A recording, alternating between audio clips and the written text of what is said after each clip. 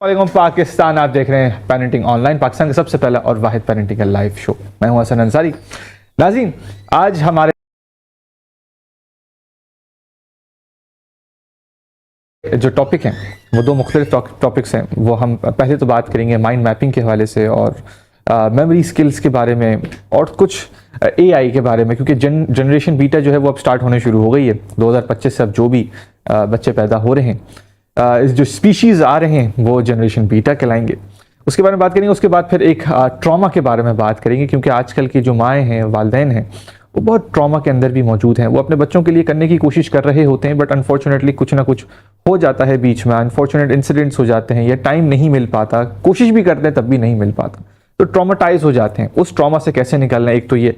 दूसरा ट्रॉमा ये भी होता है कि वो खुद ट्रॉमा में गुजर रहे होते हैं, तो उस ट्रॉमा से कैसे निकलेंगे, वो भी, उस पर भी बात करेंगे हम। तो आज की जो हमारे बेहतरीन गेस्ट हैं वो हमजा अली चौधरी साहब हैं, मेरे भाई हैं, आर्टिफिशियल इंटेलिजेंस के एक्सपर्ट हैं। और दूसरी जानिब आदिल मलिक साहब हैं, ये इंटरनेशनली सर्टिफाइड यूके और लंदन से, अमेरिका से जो है वो सॉफ्ट स्किल ट्रेनर हैं। पहले तो आप दोनों खुशामदीद, अस्सलाम वालेकुम, कैसे हैं? ठीक ठाक है। अच्छा हमजा भाई, हम पहले आपसे शुरू करेंगे। वही वाली बात है कि 2025 स्टार्ट हो गया है, जनरेशन बीटा आ गई है। इस वक्त की जो जनरेशन है वो आपको पता ही है, मोबाइल पे पल रही है।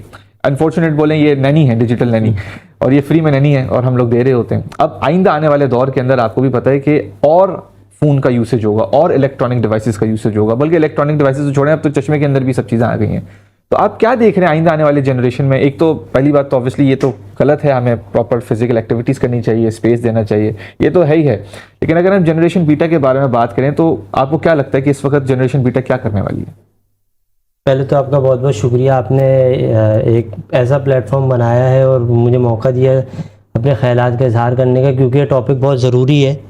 क्योंकि हम जैसे जैसे देख रहे हैं कि आजकल पॉलिटिकल लेवल के ऊपर तो जेन ज़ी की बात की जाती है, लेकिन मेरे ख्याल से अभी जो मेन फैक्टर जो नेक्स्ट जनरेशन का है वो हमें टारगेट करना चाहिए, जो कि जनरेशन बीटा है। ये बेसिकली सीक्वेंसिंग एज की क्लासिफिकेशन हमारी टेक्नोलॉजी से रिलेटेड है। फॉर एग्जांपल, जिन लोगों ने इंटरनेट की एज देखी उनको जेन ज़ी कहा जाता है, जिन्होंने आईपैड और आईफोन्स और उनकी एज देखी उनको जनरेशन अल्फ़ा कहते हैं। और अब जो जनरेशन बीटा है वो बेसिकली एआई नेटिव जो बच्चे पैदा होंगे, जिनके लिए एआई एवॉल्व नहीं हुई, बल्कि वो जब पैदा हुए हैं तो उन्हें जो उनके हैंड में चीज़ आई है वो एआई है। ऐसे ही है।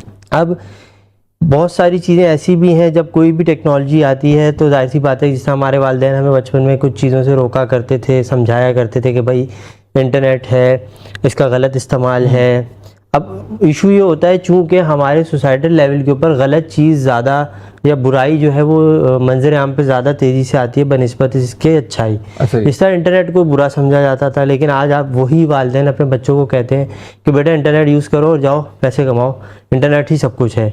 बिल्कुल इसी तरीके से आज के दौर के अंदर एआई का भी कुछ ऐसा ही सिलसिला है कि इस वक्त जो बच्चे उसको यूज़ कर रहे हैं उन्हें ये नहीं पता, क्योंकि टेक्नोलॉजी जब नहीं आती है तो उसका हमें भी इस्तेमाल नहीं पता होता है कि उसके क्या क्या प्राइवेसी कंसर्न्स हैं, क्या क्या डेटा की रिक्वायरमेंट्स हैं। क्योंकि बहुत सारे लोग, जिस तरह आपने कुछ दिनों पहले देखा होगा कि वो अपनी एआई की इमेजेस बनाना शुरू हो गए। अब उसमें हो ये रहा है कि चूँकि बैकडोर आपको पता है एआई चलती डेटा के ऊपर है, तो ये जो हमारी प्राइवेट ख़ास करके मैं कहूँगा कि फैमिली की इमेजेस हैं, बच्चों की इमेजेस हैं या चीज़ें हैं, ये एक बहुत बड़ा प्राइवेसी का मैटर है कि जिसके अंदर जब आप इन एल्गोरिथम्स को फीड करते हैं तो फिर वो बेसिकली आप उनको अपना डेटा फराहम करें, अपने मोबाइल के एक्सेस दे रहे हैं, और उसके बाद वही कहीं ना कहीं, क्योंकि देखें अभी आपने बहुत सारे इंटरनेशनल केसेस भी देखे होंगे जो हमारे यहाँ डीप फेक वगैरह से रिलेटेड भी होते हैं, तो उसमें इशू यही होता है कि बच्चे या जो लोग जिनका डेटा गलत इस्तेमाल हो जाता है, अगर कंपनी ना भी चाहे, फॉर एग्जांपल कंपनी पॉलिसी बनाती है हम डेटा सिक्योर रखेंगे, लेकिन हैकर हैक कर लेते हैं डीप डार्क वेब के ऊपर, आपको पता है फिर चीज़ें बिक्री होती हैं चीज़ें। तो ये चीज़ मैं समझता हूँ कि जेन बीटा के लिए माँ बाप की सबसे पहले जो है ना टेक्नोलॉजी अवेयरनेस और तरबियत की ज़रूरत है। टेक्नोलॉजी अवेयरनेस की बहुत ज़रूरत है। वही वाली बात है कि हमें पता होना चाहिए चैट जीपीटी क्या है, जेमिनी क्या है। अगर नहीं पता तो मैं एटलीस्ट सीखने की कोशिश तो करें। बिल्कुल बिल्कुल। अच्छा आदिल साहब, अभी जिस तरह से हमारी बात हुई थी, अब सीखने की ज़रूरत है। जब सीखने पर बात आती है तो माइंड मैपिंग बहुत ज़रूरी होती है। अब माइंड मैपिंग है क्या, पहले तो ये जानना बहुत ज़रूरी है। तो पहले तो ये बताएं कि माइंड मैपिंग है क्या, उसके बारे में बताएंगे कि उसके बाद हम ये बात करेंगे कि माइंड मैपिंग को हम किस तरह से इफेक्टिवली यूज़ कर सकते हैं। बिस्मिल्लाहिर्रहमानिर्रहीम। Thank you so much Hasan, आपने मुझे यहाँ पर बुलाया। सेशन बिल्कुल जैसे भाई ने कहा, parenting online it's a new initiative. तो हमारा जो टॉपिक है उसके ऊपर अब माइंड मैपिंग में मेमोरी शॉपिंग से शुरू करना चाहता, लेकिन आपने कहा माइंड मैपिंग। तो माइंड मैपिंग देखिए लफ्जी तौर के ऊपर जहनी नक्शे आप समझते हैं इस चीज़ को। माइंड मैपिंग से मुराद ये है, एक तो माइंड मैपिंग हम पेरेंटिंग पॉइंट ऑफ व्यू से माइंड मैपिंग कुछ और है, और ठीक है। प्रोफेशनल में माइंड मैपिंग कुछ और है।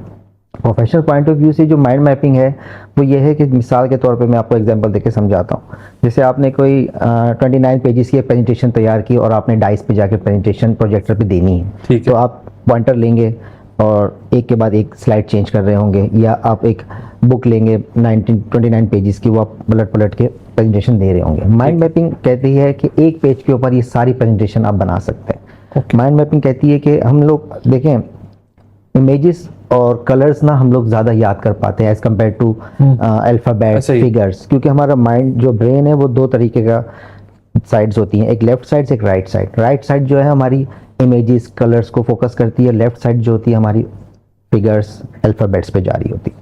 तो जब माइंड मैपिंग हम एक पेज पे 29 पेजेस की, जब हम एक पेज पे हम ड्राइंग बना रहे होते हैं ना, वो कलरफुल ड्राइंग्स होती है, वो मैं अभी तो हम शेयर नहीं कर सकते लेकिन कोर्सेज में हम शेयर करते हैं। तो वो 29 पेजेस की प्रेजेंटेशन एक पेज के ऊपर किस तरह बनाई जा सकती है। फॉर एग्जांपल आप समझें कि आपने एक IT की प्रेजेंटेशन देनी है और बेसिक हार्डवेयर और सॉफ्टवेयर की प्रेजेंटेशन देनी है। आप सेंटर में हार्डवेयर लिखेंगे कलरफुल पेन से, उसकी शाखें बनाएंगे जिस तरह ब्रेन की वेन्स होती हैं, किसी एक शाख पे लिख देंगे रैम, उसकी रैम की कैपेसिटी, यहाँ USB की, यहाँ पे उसकी पावर कॉर्ड्स कैसे लगेगी। तो वो एक पेजेस में डिफरेंट मार्कर से वो यूज होता है, ठीक है। और ये इंटरनेशनली एप्लीकेबल है। एंग्रो ने यही माइंड मैपिंग अपने ऑन साइट 700 एम्प्लॉयज़ को दिलवाई है। ठीक है। जिस इदारे से दिलवाई है उनसे मैं ट्रेनिंग्स वगैरह ले चुका हूं। लेकिन अगर हम पेरेंटिंग की बात करें, क्योंकि प्रोफेशनल जी, हमारा टॉपिक भी नहीं exactly। है, हमारा तो मेन है पेरेंटिंग का। तो पेरेंटिंग में बच्चों के हिसाब से माइंड मैपिंग क्या होती है? पेरेंटिंग बच्चों के हिसाब से देखें, एज लिमिट होती है पहले साल से लेके 7 साल तक। जो बच्चा है ना, आप उसको लाड प्यार से पालते हैं, उसकी फिशेस पूरी करते हैं, उसकी सब ख्वाहिशें पूरी करते हैं, उसकी काउंसलिंग वगैरह कुछ भी नहीं कर रहे होते। 7 से 14 साल की जो है ना, उसमें पेरेंटिंग आपकी अप्लाई होती है। उसके अंदर आप उसको एटिकेट सिखाते हैं, दीनी तौर पे, प्रोफेशनल तौर पे, मतलब जो स्कूल के ऊपर जो स्कूल में नहीं सिखाई जाती वो आदाब सिखाए जाते हैं। देखिए किताबें तो आपको तालीम सिखाएंगी ना, जो आदाब है वो आपको घर से, तरबियत जो है वो घर से होती है। तो बच्चे की 7 से 14 साल की जो एज है उसके अंदर पेरेंटिंग बहुत ज़्यादा कॉन्शियसली करनी चाहिए माँ बाप को। असल में वो 7 से 14 की एज जो है ना, वो भी लाड प्यार में गुजार देते हैं। जब उसको एब्जॉर्ब करने की उसकी बारी आती है, वो लाड प्यार में गुजार देते हैं। 14 के बाद उसकी काउंसलिंग शुरू करते हैं। तो वो 7 से 14 का जो फ्रेम है, जो सीख चुका होता है ना, वो उसी को अप्लाई कर रहा होता है कि पापा मेरी हर ख्वाहिश पूरी करेंगे, मैं रोऊंगा तो मुझे मना लेंगे, और मतलब डिफरेंट तरीके से ना बच्चों को। तो ये 7 से 14 के बाद 21 साल में वही होता है जो बच्चे को 7 से 14 सिखाया जाता है। तो पेरेंटिंग माशाल्लाह माँ बाप को चाहिए कि बच्चों को कॉन्शियसली पढ़ाएं के साथ साथ तरबियत भी करें, उसकी काउंसलिंग भी करें। बिल्कुल बिल्कुल ठीक है। अब जिस तरह से आदिल साहब ने बोला, हमजा साहब, अभी जिस तरह से काउंसलिंग भी करनी चाहिए, तरबियत भी करनी चाहिए, वही वाली बात आ गई। अब तरबियत जो है अनफॉर्चुनेटली डिजिटल हमारे इलेक्ट्रॉनिक डिवाइसेस कर रही होती हैं। अच्छा, इसमें एक अच्छी चीज़ भी है, क्योंकि हम बहुत सारी चीज़ें नहीं जानते, बहुत सारी चीज़ें नहीं समझ पाते, तो हम फौरी जो है वो ChatGPT कर लेना और हमें समझ आ जाती है, हम बहुत सारे सवालों के जवाब वहाँ से ले लेते हैं। अब इसमें एक तो पॉजिटिव साइड भी बहुत है, नेगेटिव साइड तो खैर है ही है, वो तो सबको पता ही है। अच्छा, ये ज़रूर बताएं कि अब क्योंकि अभी मैंने रिसेंटली देखा, अभी कल जो है वो फेसबुक ने एक्वायर किया एक बहुत मेजर सोशल मीडिया नेटवर्क, जो जिसमें सिर्फ और सिर्फ आर्टिफिशियल इंटेलिजेंस के ही लोग होंगे, यानी कि आर्टिफिशियल इंटेलिजेंस खुद एक दूसरे से बात करेगी। जिस तरह से फेसबुक से मैं और आप बात कर रहे होते हैं, उस तरह से आर्टिफिशियल इंटेलिजेंस एक दूसरे से बात करेगी। वही वाली बात है कि अब आइंदा आने वाले दौर में क्या होने वाला है ये किसी को कुछ भी नहीं पता, क्योंकि जो बिग प्लेयर्स हैं, बिग जाइंट्स हैं, ये डेटा कलेक्ट करे जा रहे हैं और उसको हम ही इस्तेमाल करके हम ही को भेजी जा रहे हैं। तो वही वाली बात आई कि अब हम अपने पेरेंट्स को या खुद किस तरह से अब हम तरबियत लें। हम अपने बच्चों की पिक्चर्स डाल रहे होते हैं जेमिनी में, हम अपने बच्चों की पिक्चर्स डाल रहे होते हैं ChatGPT पे, इस खुशी में, इस इसके अंदर के हम जो है वो इस बच्चे को कहीं ना कहीं किसी से मिलवा देंगे, ब्लिपी से मिलवा देंगे, ये बच्चा है, ये ब्लिपी है, ब्लिपी से मिलवा दिया। इस टाइप के बहुत सारे ऐप्स होते हैं। तो आप क्या समझते हैं कि जो डेटा हम दे रहे हैं, अपने हाथों से दे रहे हैं, ये डेटा ब्रीच तो होगा, और जब ब्रीच होगा तो फिर ऑब्वियसली हमें भी परेशानी होगी। तो इस ब्रीचिंग को हम किस तरह से बचाएं? पहले तो आपने जो आपका सवाल 2 हिस्सों पे मुहित है। मैं पहले वाले हिस्से का जवाब देता हूँ। सबसे पहली चीज़ ये कि जब मैं टॉपिक के हवाले से, आपको पता है कि ये बहुत ख़ास टॉपिक है, तो जनरेशन बीटा जो है ना, उसकी जो एक प्रोडक्ट है वो मेरे घर के अंदर ही है। ठीक है, तो समझ लो मेरी केस स्टडी है। मेरा बेटा माशाल्लाह भी 2 महीने का ही है, तो बेसिकली वो जेन बीटा में ही आता है। तो आप जो मैं आपसे बात कहूँगा या करूँगा, वो कहीं ना कहीं मैं घर में इम्प्लीमेंट करता हूँ, उससे मैं देखता हूँ कि उसके ऊपर क्या साइड इफेक्ट्स आ रहे हैं, क्या चीज़ें हैं।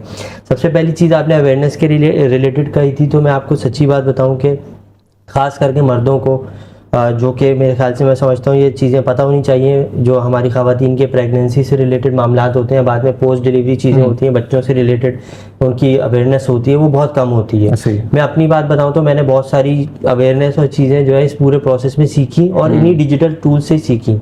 अब क्या है कि वहाँ पर कुछ चीज़ों का कंसर्न ये होता है कि आप अपने डेटा को किस हद तक उसमें फीड कर रहे हैं। आप अवेयरनेस की हद तक यूज़ करते हैं तो मैं समझता हूँ कि उससे बेहतर कोई टूल नहीं है। लेकिन क्या है कि आपको अपने प्रॉम्प्ट्स देने आने चाहिए। अगर आप अपने अच्छे से प्रॉम्प्ट देते हैं तो आपके, मैं समझता हूँ कि क्वेश्चंस के आंसर भी सही से मिलेंगे और आप अवेयर भी होंगे।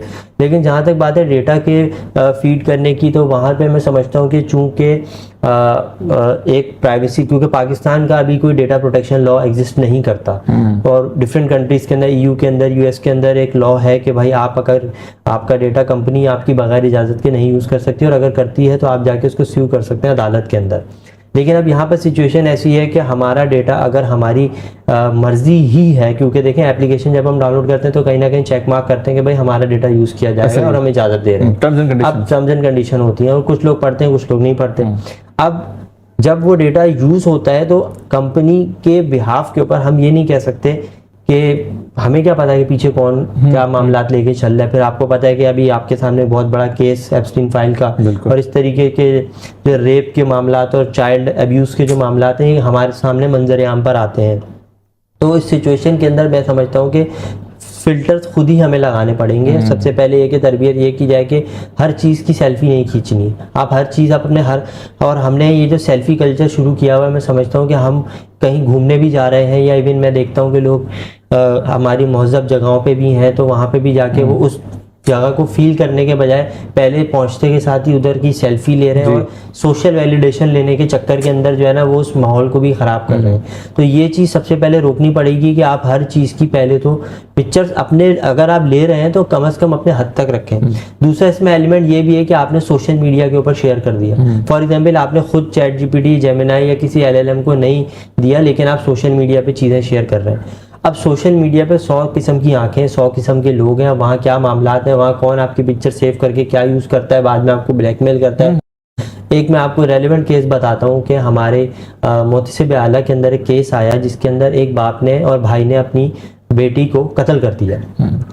अब अदालत में फैसला चला, सब कुछ चला, सारे मामलात हुए। आगे जाके जब उसकी डिजिटल फॉरेंसिक्स हुई तो पता चला कत्ल इस बुनियाद पे किया गया था कि बच्ची की ख्वाहिश जो है, तस्वीरें जो है वो मंजर आम पे आई थी जिसमें बाप और भाई को गुस्सा है और उन्होंने कत्ल कर दिया।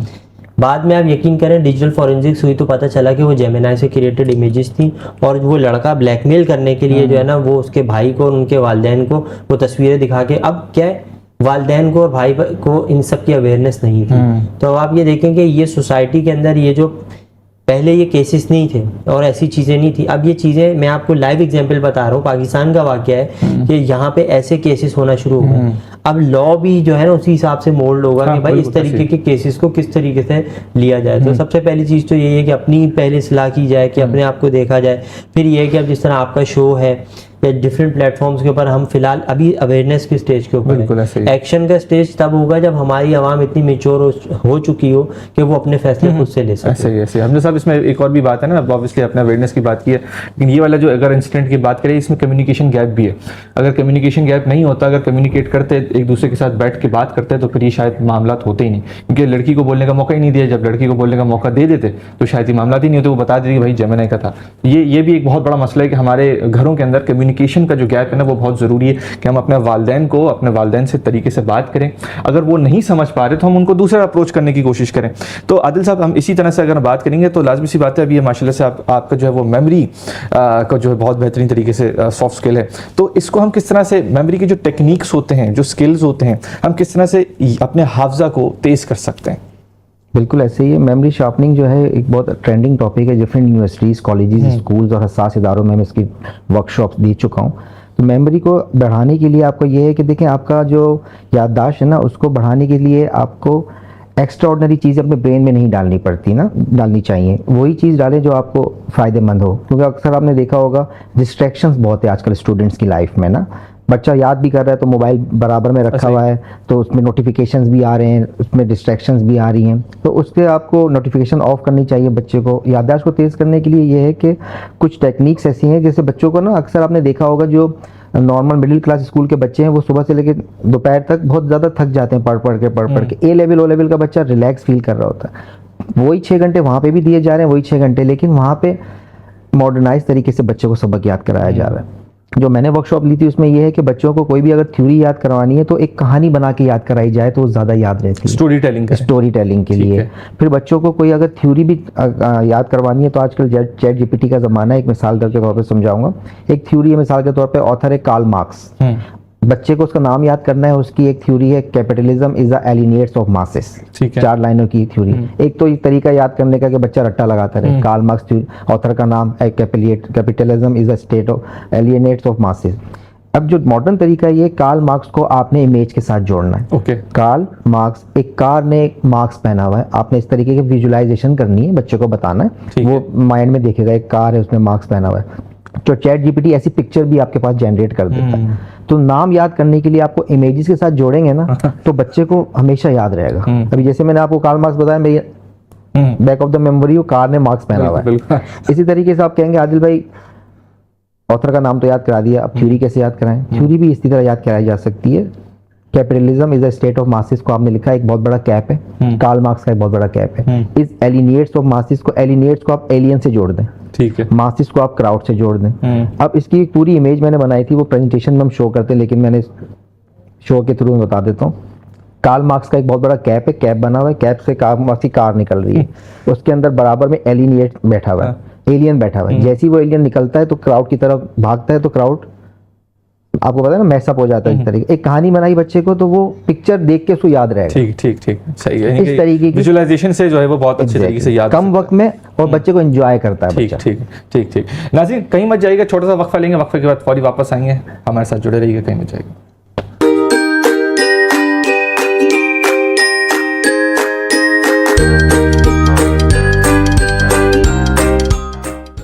शानदार कैशबैक, जल्दी करियो, ये ऑफर महदूद वक्त लाया है।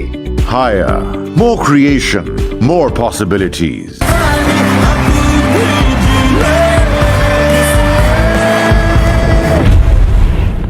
हारता रहे कैंसर, जीती रहे जिंदगी।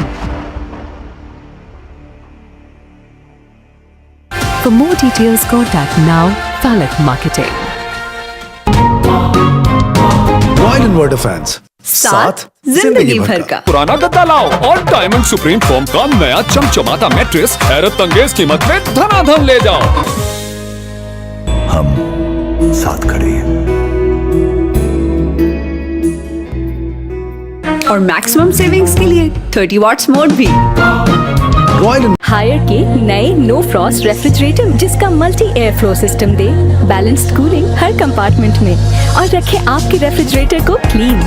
ट्विन इन्वर्टर टेक्नोलॉजी, जिससे मिले मैक्सिमम कूलिंग और energy saving. HCS freshness technology, जो फ्रूट्स और वेजिटेबल्स को रखे 2 टाइम्स फ्रेशर। हायर का नया no frost IoT refrigerator, no frost no worries. सिर्फ 2.5 लाख रुपए की डाउन पेमेंट और 10,000 रुपए माहाना में अपनी दुकान की ऑनरशिप लेना हुआ अब बेहद आसान। GFS मेगा बाजार में इस प्रोजेक्ट की कंस्ट्रक्शन फुल स्पीड से चल रही है। सुरजानी टाउन की प्राइम लोकेशन पर वाक़ है, सेक्टर 5C के ऑपोजिट और 4 के चौरंगी से सिर्फ 2 मिनट्स के ड्राइव पे। यहाँ आपको मिलेंगी बेहतरीन commercial shops, spacious car parking, CCTV surveillance आपकी सिक्योरिटी के लिए, world class gymnasium, escalator, coffee lounge और आपके एंटरटेनमेंट के लिए एक बेहतरीन गेमिंग जोन, सिनेप्लेक्स और रेस्टोरेंट भी। तो ये है GFS का एक बेहतरीन प्रोजेक्ट, GFS मेगा बाजार। तो इस सुनहरी मौके को हाथ से ना जाने दें। GFS मेगा बाजार में अपनी दुकान बुक करके अपने कारोबार का आगाज करें। बुकिंग के लिए GFS बिल्डर्स एंड डेवलपर्स से अभी राब्ता करें। हम साथ खड़े हैं। पुराना गद्दा लाओ और डायमंड सुप्रीम फोम का नया चमचमाता मैट्रेस हैरत अंगेज कीमत में धनाधन ले जाओ। रॉयल इन्वर्टर फैंस, साथ जिंदगी भर का। For more details, contact now Falak Marketing. हारता रहे कैंसर, जीती रहे जिंदगी।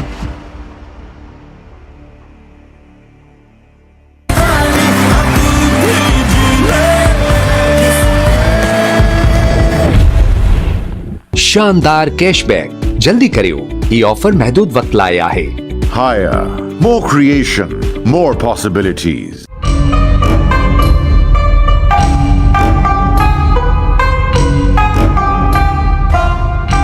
रहमत की हो आरजू या हो तौबा की जुस्तजू, हर हाल में उसके सामने होना है सजदा रेज़। चलती वहाँ किसी की नहीं, चाहे मैं हूँ या हो तू, करते रहो इबादत तो हासिल होगी परवाने इश्क रूह। रमजान मुबारक के इस बाबरकत महीने में आप और हम होंगे फिर एक साथ। महफिल सजेगी रोजा कुशाई की, जिसमें होंगे प्यारे प्यारे बच्चे हमारे साथ। तिलावत कुरान पाक से होगा समा नूर ही नूर, नाते मुस्तफ़ा से पाएंगे दिल का सुकून। बच्चों से होगी इल्म और अदब की प्यारी बातें, उलमाए किराम से होगी यादगार मुलाकातें। रमजान करीम में हम करवाएंगे आपकी मुलाकात मशहूर शख्सियात से। रमजान के महीने में तोहफा ये पाएंगे, करके गुनाह से तौबा जन्नत में जाएंगे। हर साल की तरह इस साल भी मेट्रो वन न्यूज ला रहा है रहमतों भरी अफ्तार ट्रांसमिशन रमजान करीम। आप देख सकेंगे मुझे किचन सेगमेंट रमजान पकवान में, जिसमें बनाएंगे हम मजे मजे के पकवान आपके लिए। आपकी और हमारी मुलाकात होगी दोपहर 3 से लेकर अज़ान मगरिब तक, यकम रमजान मुबारक से लेकर चांद रात तक, सिर्फ और सिर्फ मेट्रो वन न्यूज पर।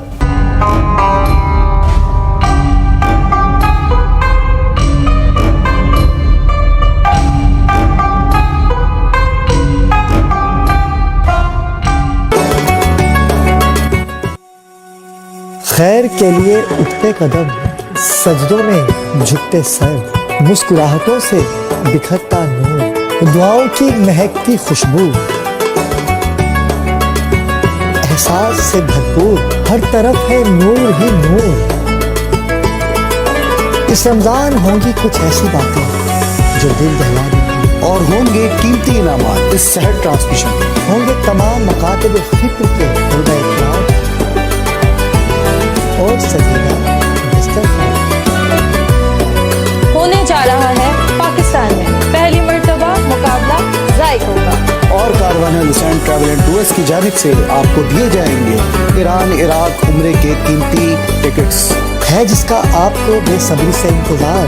पाकिस्तान का सबसे बड़ा नातिया मुकाबला, जिक्र रसूल शर्त है। मेट्रो वन न्यूज, हर पल की खबर।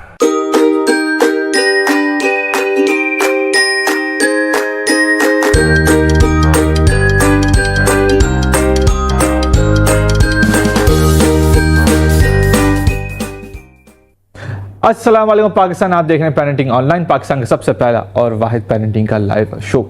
नाज़रीन, इस वक्त हमारे साथ मौजूद हैं ताज अदील साहब, जो कि डेनमार्क के अंदर है, मेरे बहुत प्यारे दोस्त हैं, साइकोथेरेपिस्ट हैं और साइकोलॉजिस्ट भी हैं। अस्सलाम वालेकुम ताज भाई, आपको आवाज़ आ रही है? जी डेफिनेटली, मुझे आपकी आवाज़ आ रही है। हेलो ताज भाई।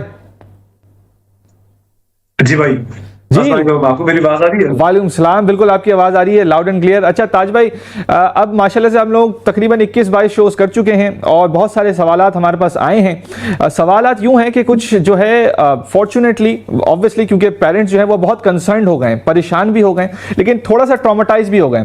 वो ये सिचुएशन हो गई है कि पेरेंट्स जो है वो करना चाह रहे हैं अपने बच्चों के लिए बहुत कुछ, लेकिन अनफॉर्चुनेटली ना उनके पास टाइम है ना उनके पास वसाइल हैं। तो क्योंकि उनके पास टाइम और वसाइल नहीं है तो वो परेशान हो गए, और परेशान इस सेंस में हो गए कि वो ट्रॉमेटाइज्ड हो गए कि वो कर नहीं पा रहे अपने बच्चों के लिए कुछ भी ना। तो इस ट्रॉमा को वो केटर किस तरह से करें, जरा ये बताइएगा। ओके, डेफिनेटली माशाल्लाह आपका जो शो बहुत जरूर है, तो अच्छा कर रहा है, मैं भी जो उसको जो फॉलो कर रहा हूं। Thank you. Regarding the question, ये बहुत सिंपल चीज है कि आपको जो सिमिलरिटी क्वेश्चन लगी है, अगर आपके जो एज अ पेरेंट्स आपके काफी chaotic लाइफ है, काफी जो वो ट्रॉमेटिक लाइफ है, आपके अपने ट्रॉमा जो वो पूरी हीलिंग हुए हैं और दिखी हुई हर चीज, तो आप जो वो सिस्टमैटिकली जो वो पेरेंटिंग जो वो बहुत मुश्किल कर सकती है, मतलब वो इम्पॉसिबल ऑलमोस्ट हो गया। ऐसा ही। तो इसमें सबसे जरूरी ये चीज है कि आप अपने जो वो ट्रॉमा को पहले तो देखें तो क्या आपके क्या ट्रॉमा जो फॉलो कर रहा है। अगर वो खुद ट्रॉमा में थे बचपन से लेकर अब तक, वो किस तरह शट डाउन कर सकते, कैसे जो वो थेरेपी ले सकते हैं अपने बच्चों को साथ मदद करने के। सॉरी फॉर इंटरप्टिंग यू ताज भाई, अगर वो खुद ट्रॉमा में थे बचपन से लेकर अब तक, तो ऑब्वियसली उस ट्रॉमा को भी केटर करना जरूरी है, आप यही कह रहे हैं ना? एग्जैक्ट। और उस ट्रॉमा को कैसे कैटर करें? We often talk about inheritors such as money या eyebrows या eye color कैसा है या shape of nose, but psychology और epigenetic जो वो ये भी बात करती है कि आप जो child inheritance वो unhealed trauma से आती है। तो आपके जो पेरेंट के जो ट्रॉमा है या आपकी जो अनफिनिश्ड बिजनेस, जो गोस्ट जिनसे वो आ चुके हुए बैटलफील्ड में, वो बच्चे इनहेरिट करते हैं।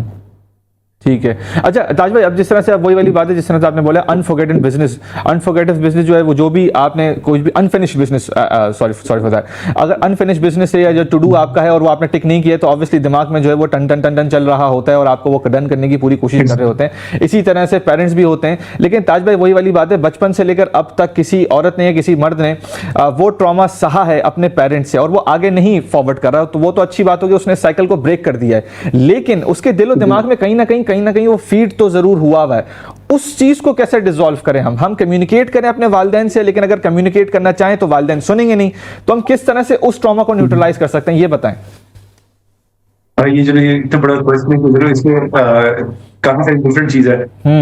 अगर मैं बेसिकली जो इसको बड़ा इजी करके बताऊं, तो हमारे जो कॉन्शियसनेस है वो हम उससे अपनी अवेयरनेस के साथ जो वो काम करते हैं, पर अनकॉन्शियसली जो हमारे टाइम के स्टोर हो गई हुई है, जो सारी हमारे ट्रॉमा हमारे अपनी तरह वो चाइल्डहुड ट्रॉमा है, उसको अगर जो हम सिर्फ अवेयरनेस में दें कि अच्छा हमारा पैटर्न ये चीज है, अगर हमारे बच्चे जो ये करते हैं तो हमारे से गुस्सा आ जाता है या मेरी ये लिमिट है, अवेयरनेस काफी ज्यादा जो बढ़ती है, ओके, उसकी मदद आती है। और दूसरी चीज ये कि हम अगर सबसे बड़ा जो रीजन है और सबसे बड़ी वो एक साइन होता है ट्रॉमा का, ये है कि अगर मेरे माँ बाप ने तो मुझे जो ट्रॉमा दिया है, तो मुझे जो वो मेरी हीलिंग उधर से शुरू होगी अगर मैं अपने माँ बाप को ये बता सकूं कि आप लोगों ने ये मुझे किया है।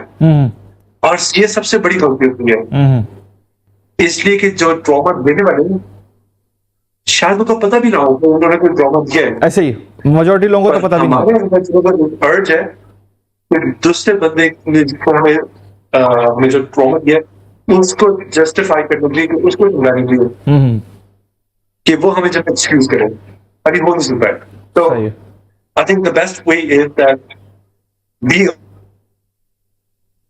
Aware of your own limitations and then आप जो वो अपना पैटर्न चेंज करने के लिए आप अवेयर रहे कि कैसे मैं अपने बच्चे के साथ वो करूं जो मेरे साथ नहीं हुआ है। और अपने पेशेंट्स को मैं जो वो ये सब रूल देता हूं कि आप अपने बच्चों के एज में अपने आप को जो वो रखिए। या अगर मेरा बच्चा 11 साल का है, तो जब मैं 11 साल का था मैं कैसे चाहता था कि मेरे पेरेंट्स मेरे से बात करें। ठीक है, ये एक माउथ ड्रॉपिंग होता है पेशेंट के सामने कि अगर आप अपने आप को अपने जो वो बच्चों के शूज में जो रखूं कि मतलब कि अगर मैं अपना इस एज में रहता हूँ तो मैं क्या चाहता हूँ कि किस तरह से बात की जाए। ठीक है, ठीक है, यानी कि हम अपने आप को रिपोजिशन करने की कोशिश करेंगे तो फिर बहुत सारी चीज़ें बेहतर हो जाएंगी। जिस तरह से अभी आपने कहा कि अगर हम 11 साल के होते उस वक्त तो हम किस तरह से ट्रीटमेंट चाहते, वही ट्रीटमेंट जो चाहते हैं वही ट्रीटमेंट हम अपने बच्चों के साथ करें। ताज अदील साहब, आपका बहुत बहुत शुक्रिया कि आपने अपना कीमती वक्त दिया। डेनमार्क से आप बहुत बेहतरीन काम कर रहे हैं, इंटरनेशनली अभी टर्की भी गए थे, बहुत बेहतरीन तरीके से मुझे पिक्चर्स भी आ रही होती है आपकी और हमारी बात भी हो रही होती है। इंशाल्लाह जब पाकिस्तान आएंगे तो मुलाकात भी करेंगे और इसको इंशाल्लाह और एक्सपेंड भी करेंगे और हम tips and tricks and tools पिछली दफ़ा भी जिस तरह से हमने दी थी आवाम को, इस दफ़ा भी हम देंगे। बहुत बहुत शुक्रिया ताज भाई। आदिल भाई, अभी जिस तरह से बात हुई थी, अभी शायद आपको आवाज़ आई हो नहीं आई हो, बट वही वाली बात है कि बहुत सारी चीज़ें हमें भूलने की ज़रूरत है क्योंकि ट्रॉमेटाइज हो जाते हैं हम लोग। हमारे जो वालिदैन हैं वो फॉर्चुनेटली या अनफॉर्चुनेटली उनको ऑब्वियसली वो टाइम नहीं मिलता या वो वसाइल नहीं होते और वो ट्रॉमा में चले जाते हैं कि यार हम नहीं कर पाए या नहीं कर पाया। तो वही वाली बात है कि इस ट्रॉमा से हम कैसे निकलें। अभी आपने बताया था कि मेमोरी के बारे में बताया था, मेमोरी शार्पनिंग के बारे में। अब इसको अनशार्पन करने की ज़रूरत है, हमें रिवाइंड करने की ज़रूरत है, वो मेमोरी को इरेज करने की ज़रूरत है। तो इसके टेक्निक्स हैं आपके पास? बिल्कुल है। इसमें देखें अमीर आदमी के पास भी 24 घंटे हैं, गरीब आदमी के पास भी 24 घंटे होते हैं। ऐसा ही है। मिडिल क्लास के पास भी, अपर क्लास के पास भी।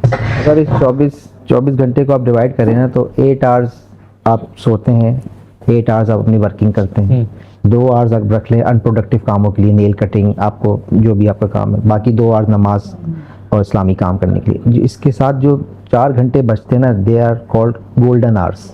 अब वो गोल्डन आवर्स आपको न्यू मेमोरी क्रिएट करने के लिए आपके पास डेली होते हैं। अब वो न्यू मेमोरी क्रिएशन के लिए आप स्किल भी सीख सकते हैं, बच्चों को लेके आउटिंग पे भी जा सकते हैं, बच्चों के साथ मतलब बैठ के एक नई चीज़ें भी डिस्कस कर सकते हैं, फ्यूचर प्लानिंग डिसाइड कर सकते हैं, बच्चे का पैशन को समझ के उसके ऊपर काम कर सकते हैं। तो वही वाली बात है, कहीं जाने के लिए कहीं से निकलना पड़ता है। सही है। तो मैं कासिम अली शाह साहब मेरे उस्तादों में से हैं, उन्होंने यही सिखाया था कि 4 गोल्डन आवर्स हर इंसान के पास 24 घंटे में होते हैं। अब वो किस तरह यूटिलाइज कर रहा है, या तो बोलता रहे मुझे वक्त नहीं मिला, मैं सारा दिन काम पे होता हूँ, मैं नमाज रोज़ा कर रहा होता हूँ। हुकूकुल इबाद भी आपको साथ साथ रखने और हुकूकुल अल्लाह भी पूरे करने। तो यही है कि आपने कहा ना, जिस तरह मेमोरी को डी शार्पिंग करने की ये ज़रूरत है। न्यू मेमोरीज क्रिएट जब ही होंगी जब आप बच्चे को न्यू मेमोरीज देंगे। और वही वाली बात है, आपको वो पुरानी चीजें, वो नेगेटिव चीजें ऑटोमेटिकली फेड आउट होती जाएंगी। 5 सेंसेस इस्तेमाल हो रहे हैं ना जिस चीज के अंदर, वो चीज आपको हमेशा याद रहती है। जैसे मिसाल के तौर पर बच्चे की एक बर्थडे आप करा रहे हैं, उसमें बच्चे का केक आ रहा है, टेस्ट कर रहा है, 5 सेंसेस में टेस्ट आ जाता है, सुनना आ जाता है, उसको इमोशंस अटैच हो जाते हैं। तो वही वाली बात है कि ट्रॉमाटाइज जो बच्चे होते हैं, जिसमें घर में माँ बाप लड़ाई झगड़े, एब्यूसिव लैंग्वेज इस्तेमाल कर रहे हैं, तो वो आपके दिमाग में अब्सॉर्ब हो रहा होता है, वो नेगेटिव जा रहा होता है। तो कोशिश यही है कि अच्छी सोहबत दें, पेरेंट्स को भी अच्छी सोहबत लेनी है और बच्चों को भी। ऐसा ही है, बिल्कुल बिल्कुल। हमजा साहब, अभी जिस तरह से बात की अच्छी सोहबत की, तो वही वाली बात है कि पाकिस्तान में माशाल्लाह से बहुत अच्छी जगहें हैं, बहुत अच्छी सोहबतें हैं, बहुत अच्छी टेक्नोलॉजिकल जो है यूसेस आ रहे हैं। लेकिन एक और छोटी सी बात है, उसके अंदर मैंने आपसे जिक्र भी किया था काफ़ी अर्से पहले जब हमारी मुलाकात हुई भी नहीं थी, वो ये था कि आर्टिफिशियल इंटेलिजेंस को ना लेके बहुत मिसयूज भी होता है पाकिस्तान के अंदर। अच्छा, मिसयूज एज एन मिसयूज की बात नहीं हो रही, मिसयूज एज एन मिसरिप्रेजेंटेशन। अब वो क्या हो रहा होता है कि हम बता रहे होते हैं कि ये एआई है, जबकि वो एआई होता ही नहीं, वो बेसिक सी चीज़ें होती हैं, बेसिक सी बॉट्स होते हैं, और उस बेसिक से बॉट्स को हमने बोल दिया कि आर्टिफिशियल इंटेलिजेंस पाकिस्तान का सबसे पहले हमने बना दिया। ऐसे बहुत सारे वाकई आपने देखे हैं कि हमने, वही वाली बात है, मैं बोलूँगा फिर टारगेटेड हो जाएगा वो सारी चीज़ें।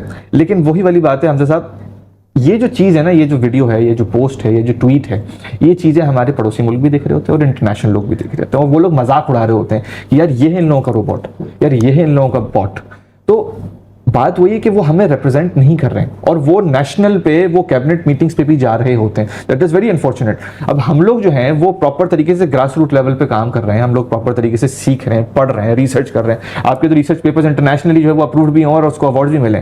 तो आप क्या कहना चाहेंगे कि ऐसे लोगों को हम किस तरह से डिफ्रेंशिएट कर लें, या फिर हमारी कोताही है, जो कि मुझे लगता है कि हमारी कोताही कि हम वहां तक नहीं पहुंच पा रहे जहां तक वो लोग पहुंच पा रहे हैं, जिसकी वजह से वो लोग प्लस नंबर ले गए जबकि उनको नहीं पता था। तो ये अनफॉर्चुनेट पाकिस्तान के अंदर भी मौजूद है कि वहां पे वो पोजीशंस पे बैठ जाते हैं वो लोग जिन लोगों की वो पोजीशन के काबिल एलिजिबिलिटी नहीं होती। तो इसके बारे में जरा बताएं। मैं यकीन जाने कि आपने वो सवाल किया है कि जिसके ऊपर आजकल मैं बहुत ज़्यादा सोच भी रहा हूँ, काम भी कर रहा हूँ, और आपको वो चीज़ें मेरी नज़र भी आ रही होंगी। अब बेसिकली सोसाइटी 3 रोल्स के अंदर काम करती है। अगर स्टेट का कॉन्सेप्ट समझें तो सबसे ऊपर पॉलिसी मेकिंग होती है, ठीक है, उसके बाद हमारा कॉर्पोरेट सेक्टर, बिजनेस सेक्टर होता है, और थर्ड के ऊपर हमारी मिडिल क्लास या ऐसी आवाम जो उनके लिए काम करते हैं। अब ये जो 3 लेयर्स है, और इसकी मज़ीद और भी डिफ्रेंसिएशन है, लेकिन मैं मोटी मोटी चीज़ें आपको बता रहा हूँ। अब होता ये है कि हम चूँकि उमूमी तौर के ऊपर बचपन से ही बच्चों को ये बात कहते हैं कि बेटा पॉलिटिक्स बहुत बुरी चीज़ है, सियासतदान तो सब चोर हैं, ये सारा मुल्क जो है ये तो लूट गए हैं, खा गए हैं, आप इससे दूर रहो, ठीक है। हालांकि अगर किसी भी महज़ब पढ़े लिखे माशरे की आपने पहचान देखनी है तो सबसे पहले ये देखना पड़ेगा कि वहाँ पर कितने लोग सियासी हैं। सियासी होने का मतलब ये नहीं होता कि आप सियासी पहलुओं के ऊपर गलत चीज़ों में चले जाएं, जिस तरह हमारे सियासत में होता रहा है। लेकिन सियासत क्या है, बेसिकली आप अपने राइट्स के लिए, अपनी पॉलिसी मेकिंग के लिए ऐवानों तक आएँ, या आप नहीं आ सकते तो आपकी आवाज़ वहाँ तक पहुँचे। अब आपने जो जिस पहलू पे बात की, मैं आप समझे कि मेरा जो मिशन अभी चल रहा है वो इसी पे ही चल रहा है कि बहुत सारे ऐसे लोग जो कि बराए नाम चीज़ें कर रहे हैं जिनका कोई टेक्नोलॉजी के लैंडस्केप में ताल्लुक़ नहीं है, ना उन लोगों के पास कोई इंटरनेशनल एक्रीडेशन है, ना उन लोगों की कोई क्वालिटी है, ना उनके कोई स्टैंडर्ड्स हैं। अब होता ये है कि चूँकि अगर हम ब्यूरोक्रेट्स की या पॉलिटिशियंस की बात करें तो उनका एक मैंडेट होता है जिसके ऊपर उन्हें आवाम को आप समझें कि या तो खुश करना होता है या कुछ ऐसी चीज़ें होती हैं। तो बोर्ड मीटिंग्स के लिए, कैबिनेट मीटिंग्स के लिए या प्रेजेंटेशंस के लिए उनको एक सोशल मीडिया पोस्ट के लिए बहुत सारी चीज़ें अपीलिंग होती हैं। और मैं समझता हूँ कि जिस तरह अगर आप सर्कस के अंदर एक जोकर को देखें ना, तो वो भी लोगों को बहुत अपील करता है, ठीक है, लेकिन वजह क्या है कि अपील करने का मकसद ये नहीं है कि वो चीज़ इम्पैक्ट भी क्रिएट करे।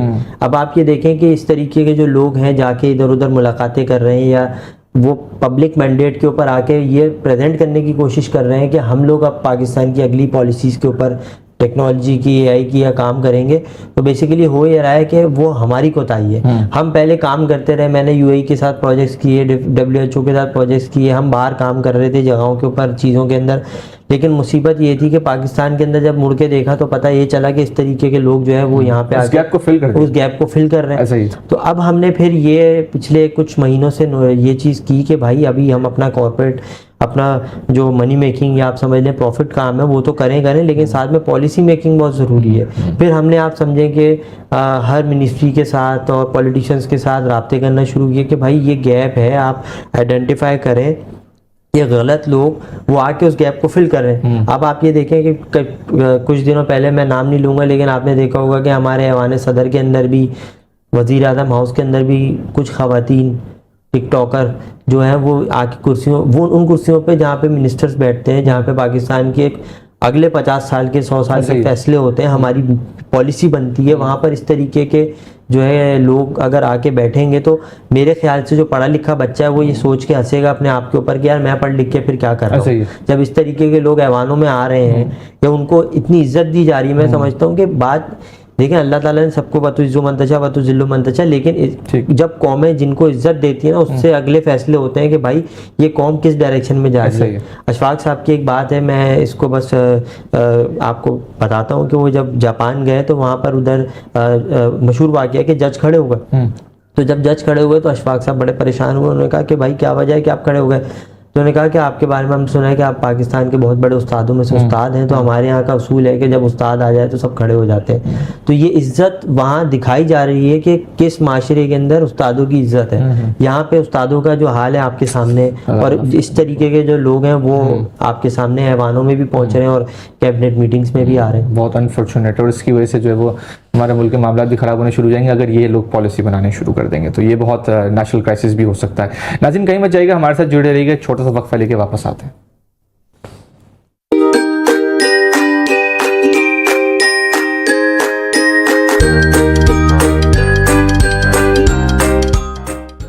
शानदार कैशबैक जल्दी करियो, ये ऑफर महदूद वक्त लाया है।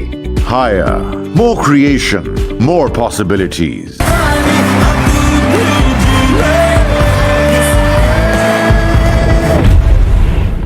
हारता रहे कैंसर, जीती रहे जिंदगी। For more details, contact now Falak Marketing. Royal inverter fans, साथ जिंदगी भर का। पुराना गद्दा लाओ और डायमंड सुप्रीम फोम का नया चमचमाता मैट्रेस हैरत अंगेज कीमत में धनाधन ले जाओ। हम साथ खड़े हैं। आज हम आपको लेकर आए हैं GFS विलास, DHA सिटी कराची की तरफ, जो वाक़ है DHA सिटी फेज 9 की प्राइम लोकेशन सेक्टर 14B में। एक प्लान, सिक्योर और मॉडर्न लाइफस्टाइल का परफेक्ट ब्लेंड। ग्राउंड फ्लोर पर आपको मिलेगा spacious living area, American style kitchen with high ceiling, drawing and dining area, ground floor bedroom with complete ceiling design और attached bath. तामीराती काम तेजी से जारी है और आपके लिए मल्टीपल ऑप्शंस अवेलेबल हैं। 125, 150, 160 और 190 गज के खूबसूरत विलास। बुकिंग सिर्फ 10% से, सिर्फ 10% की डाउन पेमेंट अदा करें और अपने विला के ऑनर बन जाएं, वो भी सिर्फ 1 से 3 साल के इजी और फ्लेक्सिबल पेमेंट प्लान के साथ। मजीद मालूमात और बुकिंग डिटेल्स के लिए आज ही GFS बिल्डर से राब्ता कीजिए। पाकिस्तान ऐं होम अप्लायंसिस इंडस्ट्री में पहिरियों भेरो हायर एसी आणे रहियो आहे। 5 साल जी हकीकी ऐं मुकम्मल फ्री वारंटी हाणे हासिल करियो लामहदूद रिप्लेसमेंट बगैर कनन लेबल चार्ज ऐं लुकायल खर्चन जे। अजय हायर एसी खरीद कयो ऐं बेफिक्री जो बेहतरीन तजुर्बो हासिल करियो ऐं वठो 5000 रुपयन ताईं शानदार कैशबैक। जल्दी करियो, ये ऑफर महदूद वक्त लाए आहे। Higher, more creation, more possibilities. और मैक्सिमम सेविंग्स के लिए 30 वॉट्स मोड भी। रॉयल हम साथ खड़े हैं। पुराना गद्दा लाओ और डायमंड सुप्रीम फॉर्म का नया चमचमाता मैट्रेस हैरत अंगेज कीमत में धनाधन ले जाओ। रॉयल इन्वर्टर फैंस, साथ जिंदगी भर का। For more details, contact now Falak Marketing. हारता रहे कैंसर, जीती रहे जिंदगी।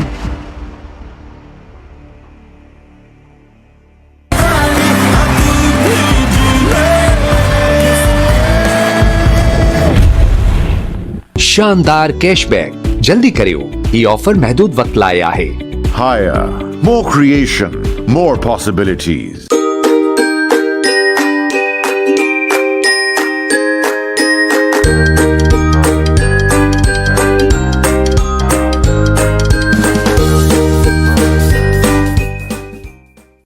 अस्सलाम वालेकुम पाकिस्तान, आप देख रहे हैं पेरेंटिंग ऑनलाइन, पाकिस्तान का सबसे पहला और वाहिद पेरेंटिंग का लाइव शो।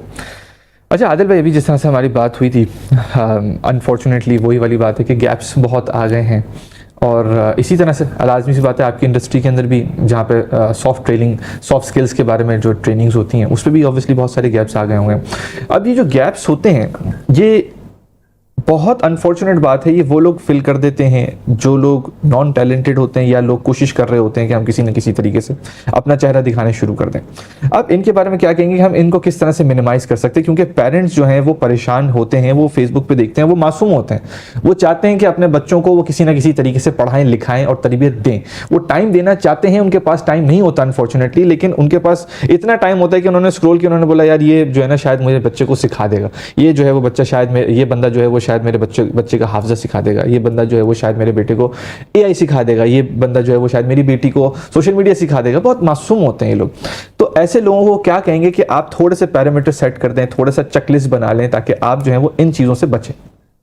इसमें यही मैं आपको कहूँगा कि देखिए डिफरेंट, हर बंदे ने अपनी दुकान खोली हुई है आजकल, हर सोशल नेटवर्क पे हर बंदा अपना एक पेज बना लेता है, अपना इदारा बना लेता है और वो गुरु है उसका गुरु है। तो आइडेंटिफिकेशन वाला इदारा होना चाहिए। देखें आप जिस भी इलाके में रहते हैं उस बार लोगों से, अपने रिश्तेदारों से पता कर रहे होते हैं ना कि कौन सा इदारा अच्छा है। जैसे मिसाल के तौर पर मैं तारिक रोड पे जब रहता था तो मुझे अपने बच्चे को हाफिज बनाने के लिए मादुल खलील एक इदारा है, ठीक है, उसमें मैंने पता किया कि हाईली जेंडरी के लोग वहाँ पे बच्चे अपने दाखिल करवा रहे हैं। तो एक वैलिडेशन आ गई कि हाँ यार एक अथेंटिक इदारा है। फिर मैं जाके विजिट किया कि आया जो दिखाया जा रहा है वो स्टाफ है भी, मुफ्तियार कराम जो है क्वालिफाइड है भी। अब ऐसे तो नहीं है कि हम फेसबुक पे आजकल इतने फेक अकाउंट बने हुए हैं, फलां एजुकेशन सेंटर, एड्रेस डाला हुआ है घर का, जब घर जाओ तो घर में आपके बस एक सोफा एक कुर्सी पड़ा हुआ है, बच्चे को पढ़ा रहे हैं। तो आप जाके विजिट करें, क्योंकि बच्चा जो है ना आपकी सबसे बड़ी दौलत ही आपकी औलाद है, उसी के ऊपर आप फोकस नहीं करेंगे, अपने पैसे कमाने के चक्कर में लगेंगे। ऐसे बहुत सारे एग्जांपल्स मेरे सामने, जो बच्चे को पढ़ाया लिखाया, अमेरिका भेजा, वापस जब आया उसने शादी करने के बाद अपने माँ बाप को घर से निकाल दिया। तो ऐसी पढ़ाई का क्या फ़ायदा जो आप वो तरबियत ही नहीं सिखा पा रहे हैं। तो दीन और दुनिया को साथ ले जाने के लिए अच्छे इदारे बहुत सारे हैं। इदरार इंस्टीट्यूट है, शेख आतिफ साहब का है, आतिफ भाई का तो बहुत अच्छे, तो मादुल खलील है, हमारे कुरंगी दारुल उलूम है। तो उसमें यही है कि आजकल तो हिरा फाउंडेशन, आपने नाम सुना? हिरा स्कूल सबसे महंगी फीस है उसकी, चार्टर्ड अकाउंटेंट के बच्चे वहाँ पे पढ़ते हैं। वही वाली बात है कि आप अच्छे तरीके से भी आजकल माशाल्लाह इतने हाफिज कुरान लोग सीए पास हैं। लोग कहते हैं ना हाफिज कुरान तो आपको पता है कमा ही नहीं सकता, वो जब सिर्फ मस्जिद और घर से आएगा, नहीं ऐसा नहीं। हाफिज कुरान सीए पास 10-10 लाख 20-20 लाख की जॉब्स कर रहे हैं माशाल्लाह। तो वही वाली बात है कि माँ बाप को प्रायोरिटाइज करना है ना, दीन और दुनिया बच्चे की। ठीक है। अभी हमजा साहब, अभी जिस तरह से आदिल भाई ने बताया कि दीन और दुनिया को साथ लेके चल रहे हैं और वहाँ पे माशाल्लाह से अपॉर्चुनिटीज़ खुल रही हैं और बन रही हैं। अपॉर्चुनिटीज़ के बारे में बात करें तो आर्टिफिशियल इंटेलिजेंस के अंदर भी बहुत बेतहाशा जो है वो अपॉर्चुनिटीज़ इस वक्त मौजूद हैं। तो आपके नज़दीक इस वक्त अगर हम 2026 की बात करें तो इस वक्त कौन कौन सी अपॉर्चुनिटीज़ है जिसके अंदर हम पैसा कमा सकते हैं? हाँ, पहले तो आपने जो बात की थी वो मेरे दिमाग में स्टक थी, क्योंकि आपने सवाल दादिल भाई से किया था, लेकिन मैं समझता हूँ कि आपने गुरु वाली जो बात की ना, खास करके ये जो मामला है ना, बहुत ख़तरनाक है, क्योंकि माँ बाप मासूम है। आप मेरे पास बेशतर, आप यकीन जाने, आए दिन व्हाट्सएप पे आते हैं मासूम लोगों के फलाना बंदा जो है कोर्स करा रहा है, आप बताएं हमारे बच्चे को कहा जा रहा है कि $3000 तुम 1 महीने में कमा लोगे। तो क्या ऐसा है? क्या ये हो सकता है? मैंने कहा देखें, ये उसके लिए हो सकता है जो हक हलाल की कमाई से काम करे, लेकिन वो अमेरिका में हो। बात ये नहीं है। अभी एक स्टेज के ऊपर आप एक बच्चे को सुहाना ख्वाब दिखा रहे हो कि बेटा तुम अपनी पढ़ाई छोड़ो, और इसमें ये भी कहा जा रहा है कि तुम स्कूल कुछ नहीं है, ये यूनिवर्सिटियां जो है डिग्री बाहर में डालो, डिग्री बेकार है, आप इसको छोड़ो और आप आके ये कोर्स कर लो 1 महीने का, और आप जो है आप $3000 मिसाल के तौर पे कमाओगे। अब सीखने सिखाने की बात का अमल तो है ही है, अपॉर्चुनिटीज भी है, लेकिन उस अपॉर्चुनिटीज का मिसयूज भी बहुत ज़्यादा है। अब अपॉर्चुनिटी कैसे पता चलेगी? सबसे पहले कि अगर तो बच्चे 2 स्टेज के हैं, एक तो ये है कि आप K-12 पास हुए, आपके पास एक अपॉर्चुनिटी है कि आप यूनिवर्सिटी के रूट पे जाएं। अच्छा, यूनिवर्सिटी को हमने बहुत गलत समझ लिया है। यूनिवर्सिटी कभी भी स्किल देने के लिए नहीं थी। यूनिवर्सिटी हमेशा थॉट लीडर्स प्रोड्यूस करने के लिए होती है। एकेडेमिया का काम ही नहीं है स्किल देना, स्किल्स आप खुद सीखते हैं। ये पहली बात तो ये है कि इस कौम को यही नहीं पता कि यूनिवर्सिटी यूनिवर्स से निकला है। आप एरिस्टोटल, सोक्रेटिस के ज़माने से जब ये यूनिवर्सिटीज़ बनी थी, इनका कॉन्सेप्ट ये था कि सिर्फ लोग इकट्ठे होकर कायनात के ऊपर गौर करते थे और इन चीज़ों पे बात करते थे। ये जो दूसरे रोज़मर्रा के स्किल बेस्ड काम हैं, ये सारे आप अपने हाथ से सीखते हैं। अपॉर्चुनिटीज़ इसमें बहुत है यही के अंदर, लेकिन बात वही है कि अब इसके अंदर ऑथेंटिक इंस्टीट्यूट की, जिस तरह आदिल भाई ने कहा कि आप जाके पहले, आप खरबूजा लेने से पहले 3 दफ़ा सोचते हैं, आप जाके कोई चीज़ खरीदने से पहले इतनी दफ़ा सोचते हैं, तो बच्चे के मुस्तकबिल को आप दाव पे कैसे लगा सकते हैं? और आप वैलिडेशन देखें कि सामने वाला बंदा जो है वो कोट पैंट पहन के घूम रहा है और जो है वो फलाना जगह स्पीकर बना हुआ है और लोगों को पागल बना रहा है कि वो जो है ना वो कोर्सेस हो रहे हैं और ये हो रहा है। आप ये देखें कि उनका पासिंग रेशियो क्या है जी, कि भाई आपने जो बोला $3000 की बात कर रहे हो आप बताओ, आपके पास 100 बच्चा आया था, कितना $3000 कमा रहा है? उनमें से एक कमा रहा होगा जिसको दिखाते रहेंगे, और 99 जो फेल हो रहे हैं वो नहीं दिखाएंगे। वो एक भी जो कमा रहा होगा ना, मैं भी उसका भी बता दूं, वो भी अपनी मेहनत से कमा रहा होगा, क्योंकि उसको अल्लाह ताला ने उसके रिस्क में बरकत दी। दूसरा ये कि उसने मेहनत की। उसमें इनका कमाल सिर्फ ये क्या है कि भाई आपने छापा हुआ कोर्स करिकुलम एक बच्चे के सामने रख दिया, वो पढ़ ले भाई, खुद पढ़ ले जाके, उसको देख ले। अब ये चीजें जो ना, ये बहुत वो जो छापा हुआ कोर्स है वो भी ChatGPT से छापा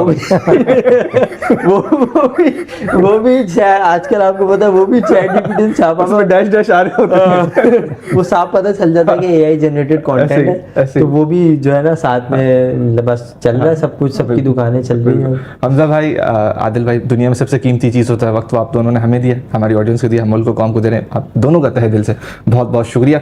नाजरीन, इस वक्त आपके स्क्रीन के सामने ज़ैनब अलर्ट का एक वाइट कलर का नोटिफिकेशन है।